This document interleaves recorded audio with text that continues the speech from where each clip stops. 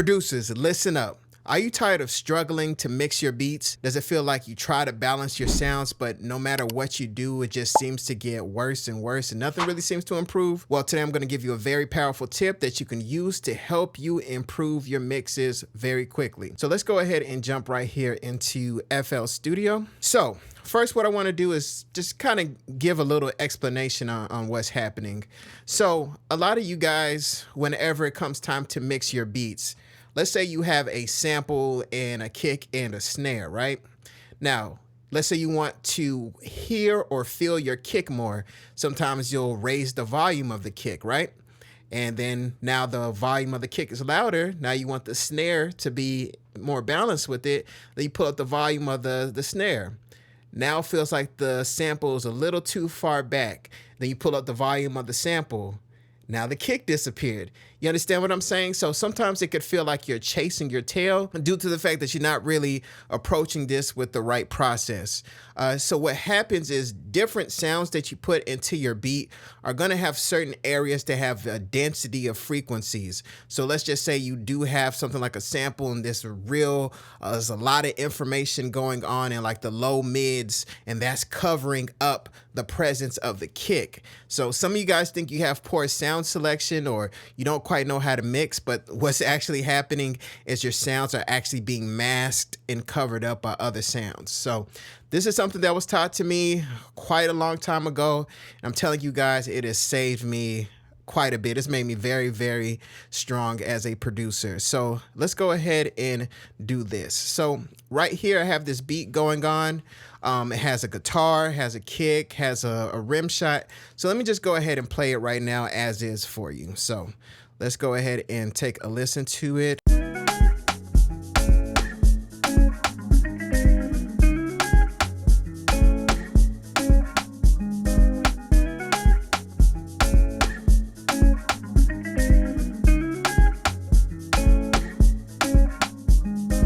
All right, so as you can hear, it's a nice, cool little vibe, nice, cool little groove. But let's say I wanted that kick to be more present. Instead of actually pulling up the volume of the kick, what I would actually do is pull out what I call a little pocket. I'll pull out a little bit of a pocket inside the low mids of that guitar loop because I can hear that it's covering up some of the presence of that kick. So what I'm going to do now is I'm going to do something called sweeping. Now, just a fair warning, with sweeping, if you do that, which if you don't know what sweeping is, this is where you go, boost the EQ like this and just look for certain sounds. If you do this automatically, don't do that because if you boost anything and do like this, you're going to start cutting a bunch of stuff that don't need to be cut. Don't do that. So what I'm going to actually do here now is I'm going to sweep. But what I'm going to do is I actually want to make things sound worse. I want the kick to sound even more covered up. And then once I find that little spot there, then I'm going to pull it down, pull the EQ down and open up a nice little pocket so the kick is shining through and I don't actually have to raise the volume of the kick. So let me show you what I mean right now.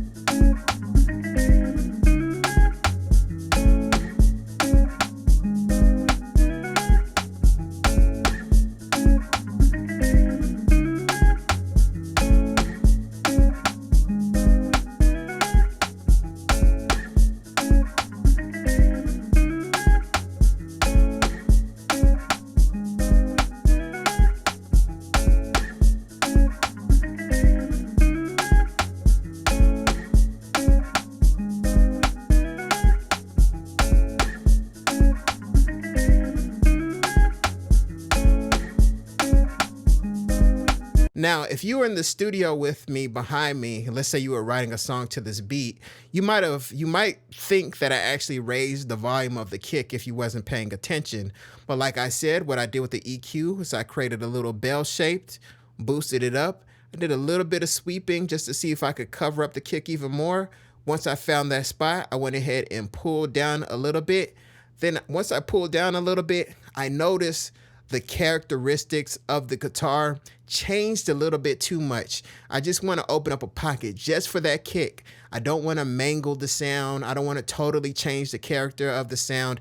I just want to open up a nice little pocket. And as you can see here on the EQ, let me pull it right there. It's literally this nice little dip.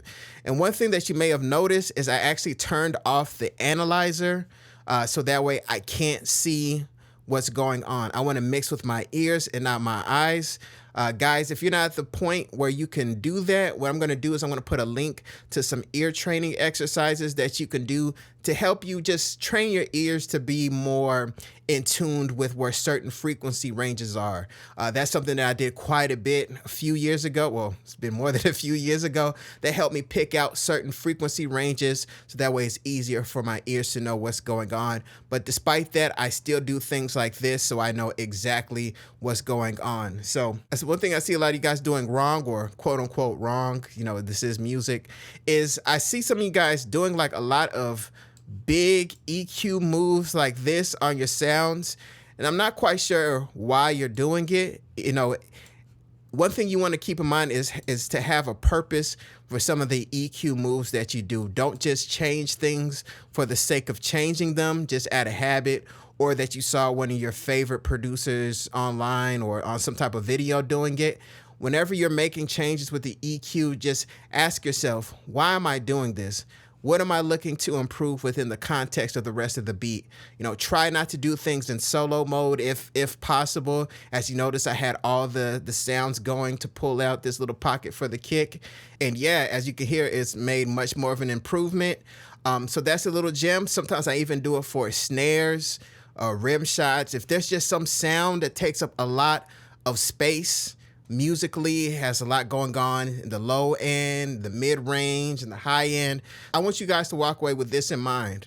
If you are making a beat and you found that kick in your library and you found that snare in your library and you really liked it, but for some reason now it feels like you're chasing your tail and you don't quite know what's happening, and you know, you're just kind of confusing yourself. You're boosting stuff, boosting stuff, boosting stuff. There's a reason why you selected those sounds to put it in your beat. More than likely what's happening is a type of masking and the sounds being covered up by other things in the frequency spectrum. So hopefully that was clear, guys. You know, that's a gem that is helped me a lot. And at this point, it's kind of like muscle memory for me. So I kind of do it on the fly. I hope you guys enjoyed that gem. If you did, please make sure you leave a comment. Also, make sure you check out the Patreon. Go, there's more great stuff there as well. Submit your beats to the Heat Check Live Beat Review Show. I'd be glad to check out your beats and review them live and give you some feedback. So, guys, please hit like and subscribe. My name is Desmond A. I'll be back with more great tips. Peace. Desmond A.